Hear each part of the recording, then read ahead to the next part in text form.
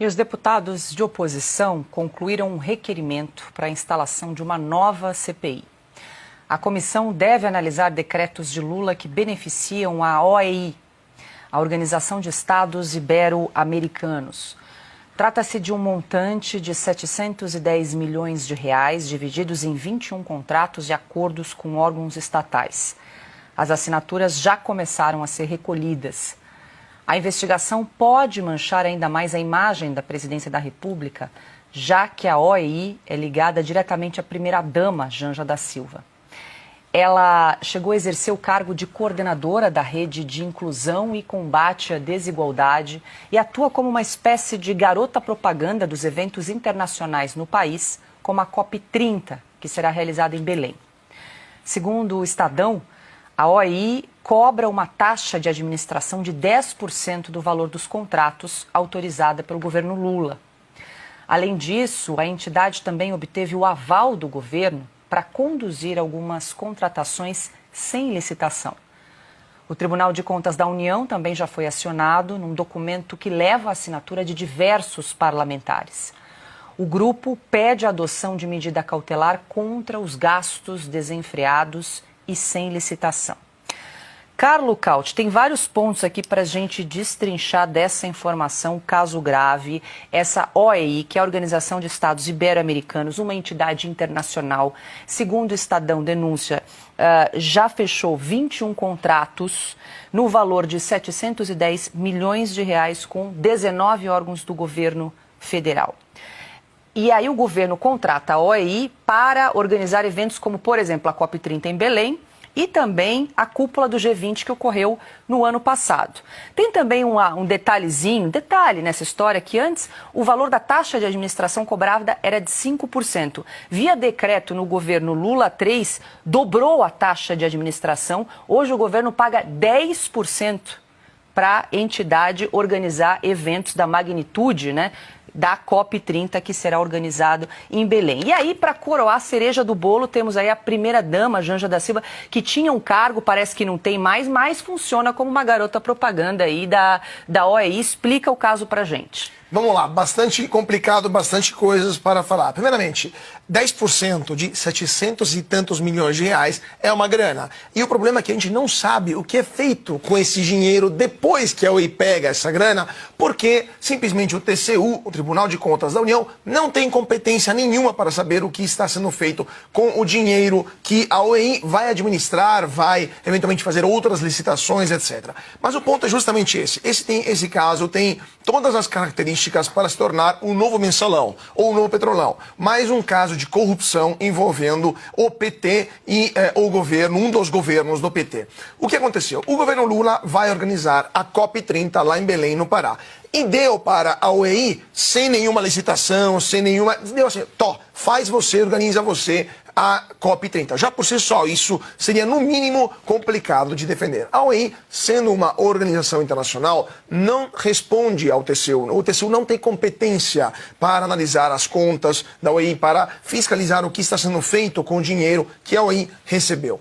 A OEI fez licitações para a gestão das áreas da COP, que são duas, chamada a área verde, que é a área onde circularão jornalistas, os delegados, etc., e a chamada área azul, que é onde ficarão o chefe de Estado de governo, a sala de reuniões, ou seja, a área mais segura, mais complicada. Essas duas licitações são muito grandes em termos numéricos. Uma é de 423 milhões de reais e a outra de 172 milhões de reais. Total, mais ou menos 595 milhões de reais.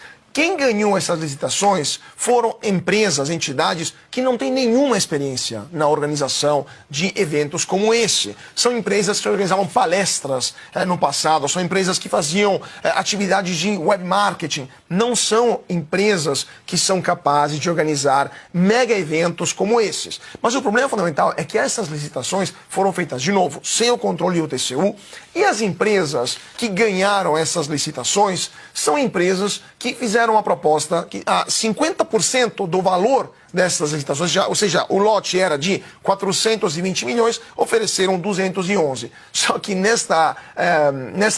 nesses editais existe a possibilidade de colocar um aditivo de 50% caso haja problemas na organização, na execução, etc. E haverá esse tipo de problema em Belém, porque Belém está vivenciando uma inflação que está explodindo por causa da completa incapacidade logística de organizar um evento com 60 mil pessoas em um lugar que tem 5 mil leitos para hospedá-los. Além de questões das estradas, dos restaurantes, etc. Então, já começa por aí.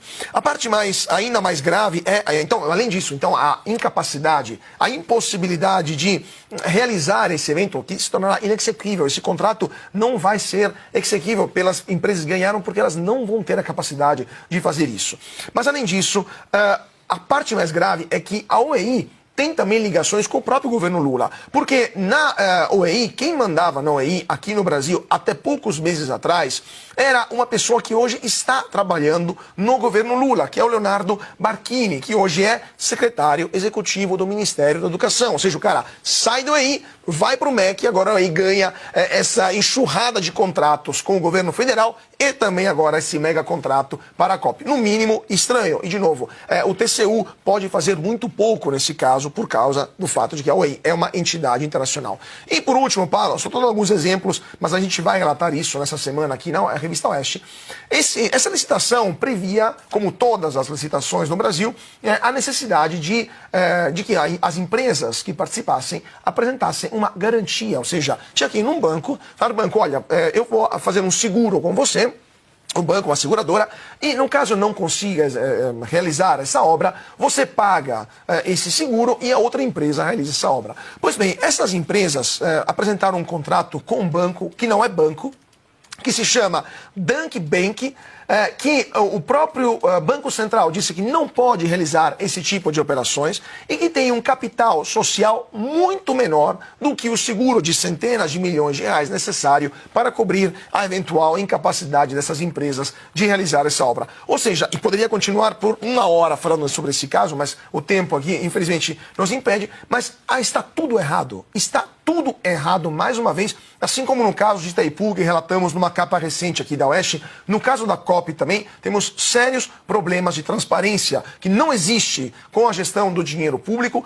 um evento internacional de tamanha importância que não é organizado por empresas que têm experiência no caso, e o TCU que não pode controlar absolutamente nada por causa do fato de que a OEI é uma entidade internacional. Um caldo perfeito para que alguém possa meter a mão no dinheiro público e voltar a roubar, como fizeram nos governos passados do PT. Você vai escrever sobre isso nessa edição, Exatamente. Cauti? Já está com o dossiê aqui do lado, né? É o que o Cauti disse, às vezes a gente tem pouco tempo aqui no Sem Filtro para explicar todos os detalhes, porque a maracutaia é grande, às vezes a gente tem que ter muito cuidado com aquilo que a gente fala, inclusive para traduzir para o nosso público, para quem nos acompanha, até porque as notícias, né, as informações vão chegando assim ao vivo para a gente. Diga, Piotr, Cauti, qual é o tamanho do aditivo? 50%? 50%, ou seja... Aditivo de 50% é contrato já programado para, digamos, superfaturar. E o TCU não pode fazer nada. 50% de aditivo. A gente tem pouco tempo para roubalheira demais. Esse que é o problema. Pois para a gente destrinchar tudo isso. Deixa eu incluir o Silvio aqui também nessa conversa, porque falamos de COP30, falamos de Itaipu também, né, Silvio? E você publicou hoje mais cedo no site da Revista Oeste também, para quem nos acompanha, já que estamos falando aí de COP30, a Itaipu bancando um hotel de luxo para a COP, 200 milhões de reais. E quem vai ser a garota propaganda desse resort luxuoso, 5 estrelas em Belém? Adivinhem quem? Primeira-dama Janja da Silva, Silvio. Paula, eu vou usar uma palavra que você empregou agora. Você falou maracutaia, né? E a gente sempre diz, olha, isso aqui tem cheiro de maracutaia, avança como maracutaia, é maracutaia, né? Parece trambique, é trambique. No caso desses contratos todos que envolvem Itaipu, essa organização internacional que o Cauti fez ampla explanação agora, né? A organização, a OEI, né? Que a Janja é uma espécie de coordenadora e não atende, ela não é obrigada a atender a lei de licitações brasileiras, porque é uma entidade privada internacional, e no caso de Itaipu passa abaixo do radar do Tribunal de Contas da União com chancela. chancela do Supremo Tribunal Federal. Em 2020, o STF chancelou tudo isso e pediu a criação de um comitê para analisar os contratos binacional. O Lula não deixou isso sair do papel. Mas respondendo à sua pergunta, isso aí é maracutaia do começo ao fim e nas duas pontas. Porque você tem Itaipu de um lado, onde a fiscalização não existe.